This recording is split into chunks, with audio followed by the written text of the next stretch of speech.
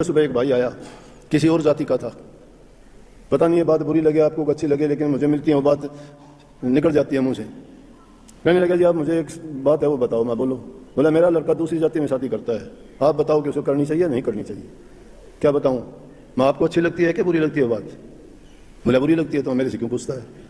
मेरे लिए तो सारी अच्छी हैं। मैं तो वो शिक्षा देता हूं कि जिससे जिसके माँ बाप खुश हों, चाहे लड़का हो चाहे लड़की हो, और वो खुश हो के क्योंकि उनका अनुभव है, वो बुजुर्ग हैं, भुगत भोगी हैं, वो उन्होंने अपनी ज़िंदगी में अनुभव किए हैं कि किस काम के करने से सुखी रहेंगे। बोला जी मैंने तो ये देखा है कि ऐसे शादी किए हुए लंबे नहीं चलते हैं, टूट जाते हैं।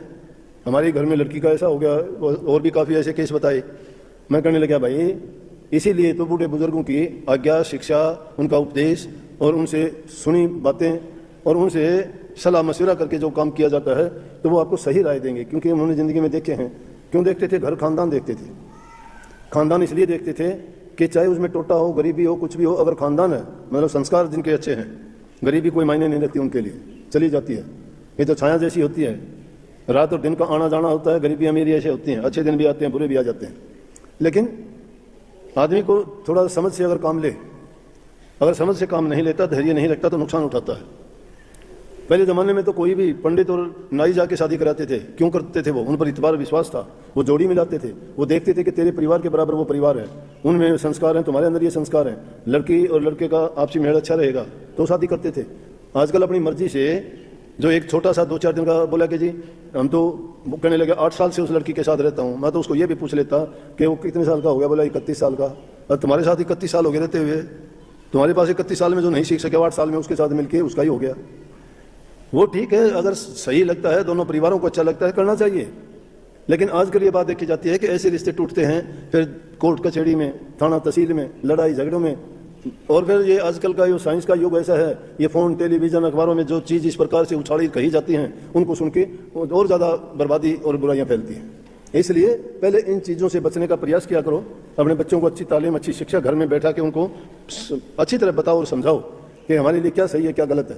बाहर जाते हो कोई बात नहीं, जाइए, लेकिन कभी रास्ते से भटकना नहीं, गलत सोचना नहीं, गलत किसी से संबंध रखना नहीं। किसी का करो तो अच्छा करो, किसी का लेना नहीं, धोखा कपट नहीं करना किसी से। बच्चों को अगर ऐसे गुण, ऐसी शिक्षा दोगे तो अच्छे समाज की स्थापना होगी, तुम्हारे घरों में शांति रहेगी। और जहाँ प्यार और शांति होता है फिर भक्ति क्या मायने रखती है? वहाँ तो सभी भगत हैं। जब भी कम बैठोगे 2 मिनट के लिए भी अगर एकांत में बैठ जाओगे, तभी आपकी सुरती लग जाएगी, तभी आपका ध्यान लग जाएगा। ध्यान आपका भटकता अटकता ही नहीं है कभी भी। जिन लोगों के अच्छे काम हो गए, जिनके परिवार सुधर गए, जिन्होंने बुराइयां त्याग दी, कितने लोग आके कहते हैं कि जी धन्य हो गए हम तो, कि आपके पास आने के हमारे सारे बच्चे भी सुधर गए, घर परिवार में सुख है, शांति है, अच्छी पढ़ाई कर ली, बच्चे अपना काम करते हैं, उनको अपनी नौकरी मिल गई और हर प्रकार से हम सुखी हैं। लेकिन दूसरी तरफ जो लोग बुराइयों में, शराब कबाब नशा में पड़ के जिंदगी खुद की बर्बाद करते हैं, परिवार को बर्बाद करते हैं, और जो घर में उनके बच्चे पैदा होते हैं उनको भिखारी बना देते हैं। कहाँ भक्ति होगी? क्या सत्संग करेगा? कौन गुरु सुधार देगा उनको? अरे गुरु की शिक्षा तो यह है कि पहले सुधार कीजिए ना। घरों में ऐसे हालात पैदा करो कि जिसके कारण तुम उनको एक नेक इंसान बना के समाज में उतारो, ताकि वो एक नहीं हजारों का कल्याण करने वाला बने। दुष्ट पैदा ना करो जो तुम्हें भी बदनाम करे, आप भी बर्बाद हो और समाज में भी वो बदबू फैला दे। ऐसे नेक इंसान पैदा करो जो सबके लिए एक मसीहा बन के आए। जिस प्रकार से दूसरों के गीत गाते हो, लेकिन अपना उसके लिए मेहनत करनी पड़ती है, त्याग करनी पड़ती है। अपने स्वाद के बस होके, अपने रस के बस होके, अपने इंद्रिय भोगों के बस होके हम गलत काम जो करते हैं या डूब जाते हैं। अब देखते नहीं, एक आदमी जो भ्रष्टाचार में डूब जाता है उसको कभी उभरता है क्या? नहीं उभरता। क्या साथ लेके जाता है क्या कुछ वो? अरे शांति होनी चाहिए इंसान को। शांति जहाँ है वहाँ सब कुछ है। बेचैनी पैदा हो जाती है अगर आदमी इन चीज़ों को करके सोचते सोचते नहीं। मेहनत करो, कमा के खाओ। जो इंसान मेहनत करके कमा के अपनी हक हलाल की कमाई खाता है, उसका हृदय शुद्ध और पवित्र होता है, वही भक्ति कर सकता है। नहीं, भक्ति नहीं कर सकता। चंचल मन भक्ति नहीं कर सकता, क्योंकि उसका चरित्र नहीं है। चरित्र किसी एक चीज से, काम वासना को छोड़ देना चरित्र नहीं है। चरित्र में लाखों चीजें हैं। इंसान सच्चा होना चाहिए, इंसान पर्ण का पक्का होना चाहिए, इंसान त्यागी होना चाहिए, परोपकारी होना चाहिए, ईर्ष्या निंदा को त्याग करके और उन सही रास्ते पे चलने वाला होना चाहिए। जब ऐसे रास्ते पे चलता है वो इंसान है, परोपकारी और परहितकारी वो होता है, वही भक्ति कर सकता है। उसी का जीवन अच्छा गुजरता है और वो दूसरों को भी वो संपत्ति छोड़ के जाता है जिसको सदियों तक याद करते हैं।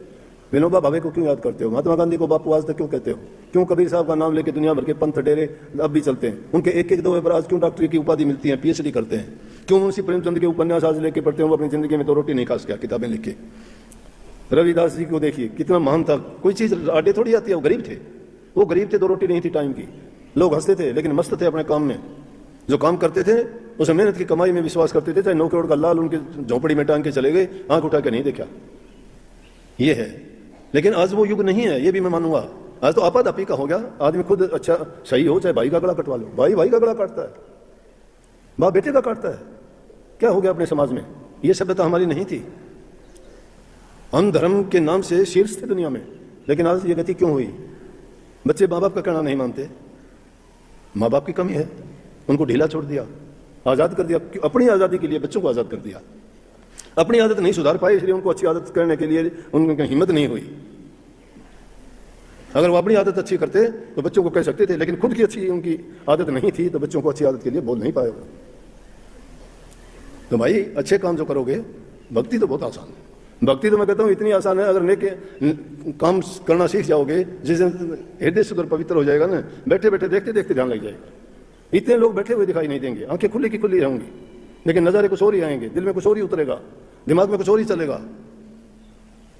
ये जब होगा, ये कहने सुनने की फिलोसफी की बात नहीं है, ये फिलोसफी की बात नहीं है, कभी सोचते हो। ये करनी का मार्ग है, बुद्धि विचार नहीं है। विवेक से काम लें और सच्चाई के रास्ते पे चलो। मालिक तो हमेशा आपके साथ है। जो अच्छे काम करते हो तो गुरु को याद रखो। जब भी कोई ऐसा वैसा काम करने के मन में कोई तरंग उठे ना, गुरु को याद किया करो कि गुरु का इसमें हुक्म है कि नहीं है, आज्ञा है कि नहीं है, गुरु की रजा है कि नहीं है, ये गुरु की शिक्षा है कि नहीं है। इन बातों को याद कर लोगे तो अपने आप को लानत दिया करो। लानत दिया करो। आदमी जो एक बार किसी चीज़ के लिए कर लेता है और बाद में वो गलती करता है, तो उसकी आत्मा ही उसको सजा दे देती है, कचोटती है उसको कहती है कि दुष्ट तो क्या करता है। लेकिन वहां भी वो मन को हावी करके और मन को जिता देता है, रूह को रुसा देता है। इसलिए भाई आपको शायद समय कम मिले सुनने के लिए, खास सत्संग आपको बता दिया।